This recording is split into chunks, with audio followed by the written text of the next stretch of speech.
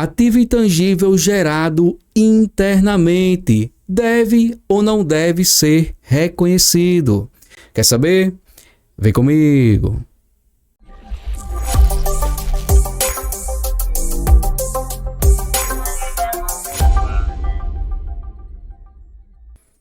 Olá pessoal, espero que todos estejam bem.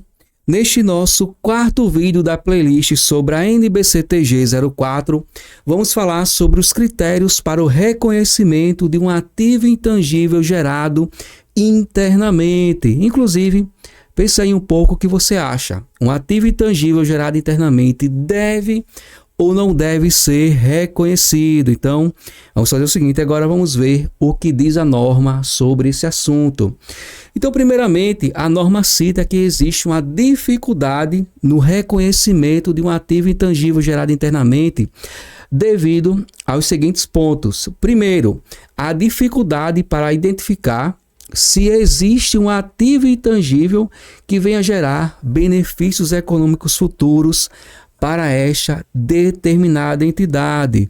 E o segundo ponto é o de determinar de forma confiável o custo desse ativo intangível gerado internamente. Então aqui, dois pontos que são essenciais para o reconhecimento de um ativo intangível, inclusive aprendemos nos vídeos anteriores, é que ele deve, primeiramente, atender à definição de um ativo intangível e também deve atender aos critérios para o reconhecimento, que é que esse determinado ativo intangível vai gerar provável benefícios econômicos futuros para essa determinada entidade e que seu custo possa ser mensurado de forma confiável.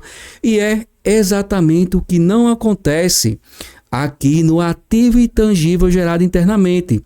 A norma cita que existe a dificuldade nesses dois pontos, em ser um ativo que vai gerar provável benefício econômico futuro e o custo não pode ser mensurado de forma confiável.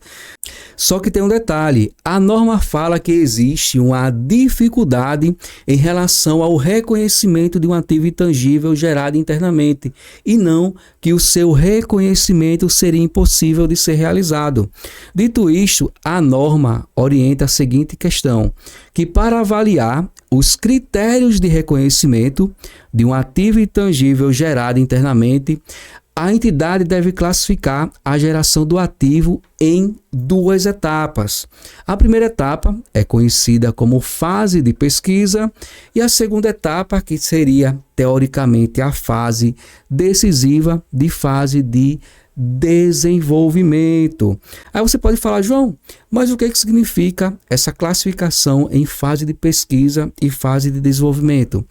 Então vamos fazer o seguinte, até para que possa seguir uma sequência lógica do aprendizado, eu vou explicar o que é considerado pesquisa e desenvolvimento de acordo com esta norma e qual o tratamento contábil que deve ser aplicado à fase de pesquisa e a fase de desenvolvimento. Dito isto, vamos falar primeiramente o que é considerado pesquisa de acordo com esta NBC-TG. Então, pesquisa, de acordo com o item 8, que trata das definições, é a investigação original e planejada, realizada com a expectativa de adquirir novo conhecimento e entendimento científico ou técnico. Então, até para que possa resumir essa questão da pesquisa, quais são os principais pontos? Primeiramente, é uma investigação original, ou seja, é a busca de um novo conhecimento que pode ter sucesso ou insucesso. Então existe aí uma incerteza em relação ao resultado quando falamos em pesquisa. Por isso que muito importante aqui esse ponto, essa palavra-chave, vamos dizer assim, que é expectativa de novo conhecimento e não a certeza de um novo conhecimento. Então você vai precisar ter ciência dessa questão, desses pontos sobre a pesquisa, para entender justamente o tratamento contábil que é aplicado à fase de pesquisa. Então, o primeiro ponto importante é que nessa fase, nenhum ativo intangível resultante de pesquisa deve ser reconhecido. Isso porque, tem o seguinte detalhe que aprendemos agora sobre a pesquisa, que nessa fase não existe a certeza que essa determinada entidade vai gerar um novo conhecimento e tampouco que esse ativo venha trazer benefícios econômicos futuros para esta determinada entidade, já que existe uma incerteza, existe apenas a expectativa de um novo conhecimento e, consequentemente, todos os gastos que são aí incorridos na fase de pesquisa devem ser reconhecidos como despesas no resultado que forem incorridos. Então aqui finalizamos essa fase de pesquisa com 2 pontos. Primeiramente, que nessa fase não deve ser reconhecido nenhum ativo intangível e que ele deve ser os gastos reconhecidos como despesa.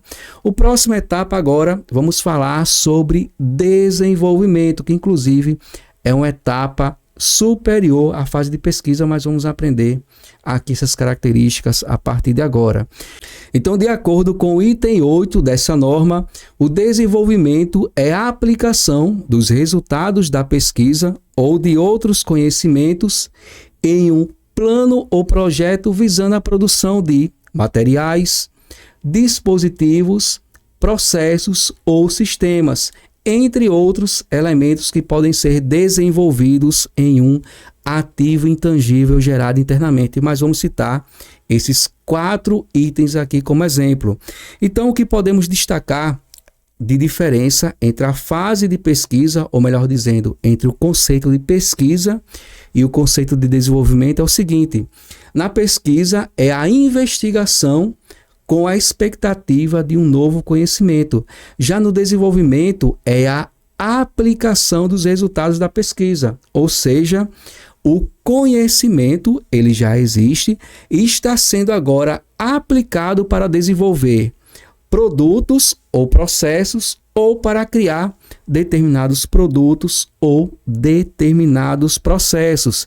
Então agora que você entendeu o que é considerado desenvolvimento de acordo com o item 8 desta NBCTG 04, vamos entender agora qual o tratamento contábil que deve ser aplicado à fase de desenvolvimento de um ativo intangível gerado internamente. Então a entidade pode, em alguns casos, identificar um ativo intangível e demonstrar que ele pode trazer benefícios econômicos futuros para esta determinada entidade. Isso porque a fase de desenvolvimento é mais avançada que a fase de pesquisa. Então, até para que possa facilitar essa questão da fase de desenvolvimento ser mais avançada, vamos aqui recapitular. Na fase de pesquisa, o conhecimento ainda não existe, está na busca do conhecimento, e na fase de desenvolvimento, o conhecimento já está sendo aplicado.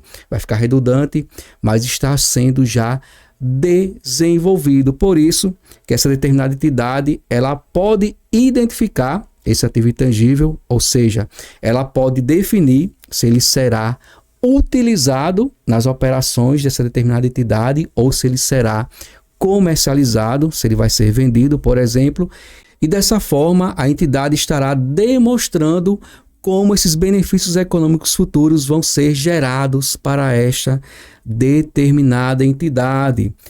Porém, tem um detalhe: mesmo esse ativo intangível estando em fase de desenvolvimento, o seu reconhecimento ainda não é tão simples. A norma cita o seguinte, que um ativo intangível em fase de desenvolvimento somente deve ser reconhecido se a entidade puder demonstrar, muita atenção, todos os aspectos a seguir enumerados. Mais uma vez, se puder demonstrar todos os aspectos a seguir enumerados. O primeiro aspecto correspondente à viabilidade técnica para concluir esse determinado ativo intangível e, consequentemente, no futuro, poder usar ou vender. Ele também tem que ter a intenção de concluir e, consequentemente, de usar ou vender esse ativo intangível. Também vai precisar demonstrar capacidade técnica para usar ou vender o ativo intangível. Informação importante, também deve evidenciar de que forma esse ativo intangível vai gerar benefícios econômicos futuros para a entidade, seja por exemplo, com a venda ou com a utilização desse ativo intangível. Se for com a venda, ele pode, por exemplo, demonstrar um mercado para esse determinado ativo intangível. Se for pelo uso, mostrar qual será a utilidade desse ativo intangível aí para esta determinada entidade utilizá-lo. Um outro ponto é mostrar a disponibilidade de recursos técnicos, financeiros ou outro tipo de recurso aí que seja disponibilizado para finalizar o desenvolvimento desse ativo intangível. Aqui essa questão desses recursos, eles podem ser demonstrados através de um plano de negócio. E por fim, a entidade deve demonstrar a capacidade para mensurar os gastos que foram incorridos no desenvolvimento desse ativo intangível gerado internamente. Inclusive, a norma cita que uma forma de controle desses gastos com o desenvolvimento do ativo intangível pode ser trabalhado da mesma forma como é utilizado no sistema de custeio de uma determinada entidade. Então, pessoal, finalizando esse vídeo, vamos trazer aqui uma observação importante sobre o ativo intangível gerado internamente.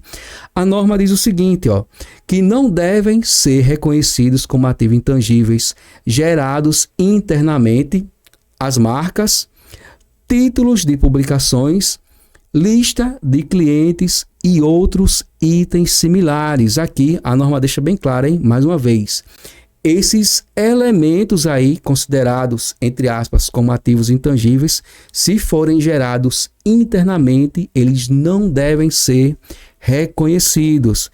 Então, pessoal, dessa forma chegamos ao final deste vídeo que tratou sobre os critérios para o reconhecimento de um ativo intangível gerado internamente.